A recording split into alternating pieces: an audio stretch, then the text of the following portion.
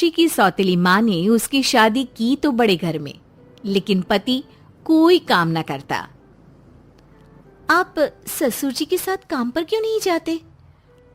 हाँ जाऊंगा, लेकिन कल से। आज जरा मैं दोस्तों के साथ घूमने जा रहा हूँ।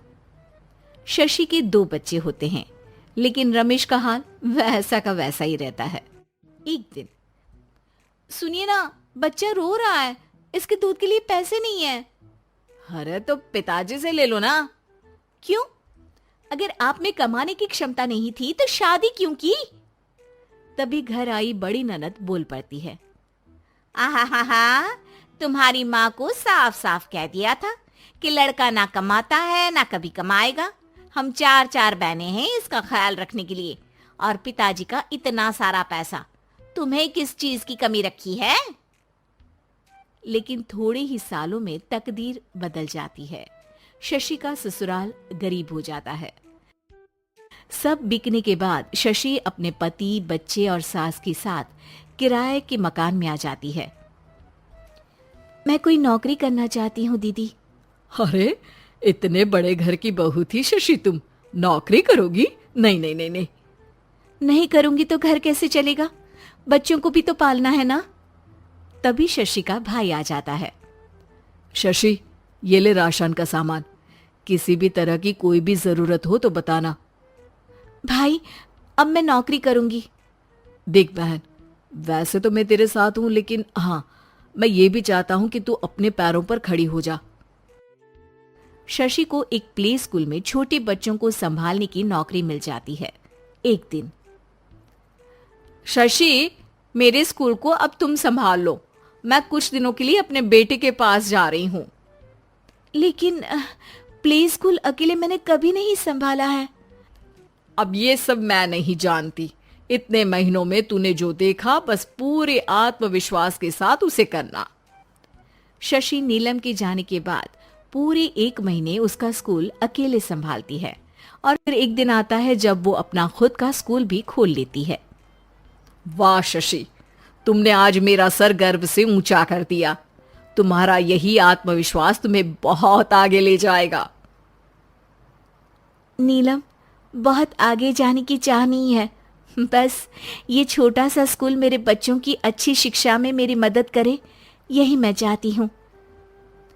शशि थोड़े थोड़े पैसों से ही अपना परिवार पाल रही थी। एक दिन उसके घर उसकी बड़ी ननद आती है। अरे भाभी, घर में कूलर तो लगा लेती, मेरी माँ को कैसे पंखे में लिटा रखा है। अरे तो शशि कौन सा एसी लगा कर सो रही है, वो भी तो यहीं रहती है ना मेरे पास। ज्यादा यहाँ आकर मेरी बहू को परेशान न किया करो।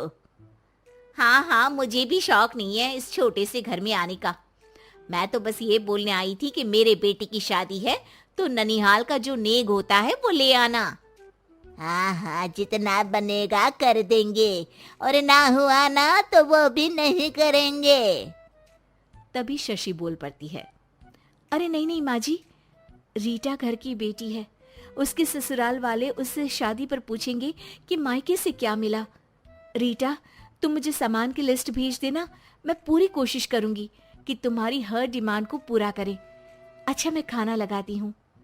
शशि ये बोलकर किचन में चली जाती है। धीरे धीरे कर शशि किसी न किसी तरह अपनी सारी ननदों की डिमांड भी पूरी करती, बच्चों की ख्वाहिशें भी, और उनकी पढ़ाई के लिए पैसे जोड़ती। एक दिन जब शशि का बेटा 12वीं पास करके आता है। माँ, अब तुझे काम करने की जरूरत नहीं है, मैं अब कोई ना कोई नौकरी करके पढ़ाई भी साथ कर लिया करूंगा। शशि को लगता है कि बेटा और आगे पढ़ाई करे, लेकिन वक्त की मार के कारण वो बेटे को काम के लिए हाँ कर देती है। अब बेटा एक बैंक में चपरासी बन जाता है। लड़का देखने में तो बड़ा अच्छा है, अंग्रेजी भी पटर पटर बोलता है, फिर चपरासी क्यों? लड़का सारी बात मैनेजर को बता देता है। अच्छा, तो मैं तुझे एक मौका देता हूँ, तू यहाँ रहकर दूसरे डिपार्टमेंट का भी काम सीख। अगर तू किसी एक का भी काम अच्छे से सीख गया तो मैं तुझे यहाँ टेबल चेयर में बैठने वाली नौकरी दे दूंगा। लेकिन एक दिन शशि की ननद उसे फोन करती है। अरे भाभी, देखो, मायका तो मेरा तुम लोगों से ही है। मैंने आपके बेटे और मेरे भतीजे प्रदीप के लिए यहाँ एक नौकरी देखी है। पूरे 5,000 मिलेंगे। वैसे करता ही क्या है, चपरासी ही तो है ना। कोई बात नहीं रीटा, मैं उसे इस शहर के बाहर नहीं भेजना चाहती हूँ। बाकी वो शाम को आएगा तो मैं पूछ लेती हूँ। वहीं प्रदीप मैनेजर की बात से खुश हो जाता है और मैनेजर के काम पर ही नजर रखने लगता है। वो उनकी तरह के पेपर पढ़ता, काम करता और आने वाले लोगों की बातें सुनता। एक दिन बैंक में ऑडिट वाले आते हैं। ये गलत है, पूरी बैलेंस शीट नहीं मिल रही है, कहीं ना कहीं गड़बड़ है। ए मैनेजर, क्या करते हो? बैंक के पैसों का हिसाब सही नहीं है। मैनेजर के पसीने छूट जाते हैं। तभी प्रदीप वहां जाता है। अब क्या मैं ये बैलेंस शीट देख सकता हूँ? अरे बेटा, मजाक नहीं, जाओ पानी लेकर आओ एक गिलास।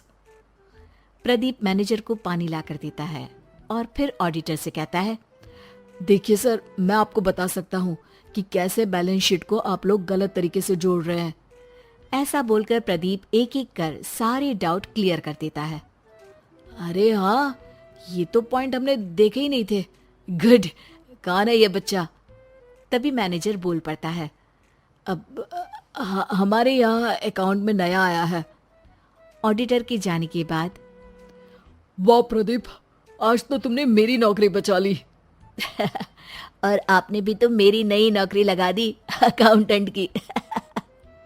बस फिर क्या था, प्रदीप ने एक बार जो सफलता की सीढ़ी चढ़ी, बस चढ़ता ही चला जाता है।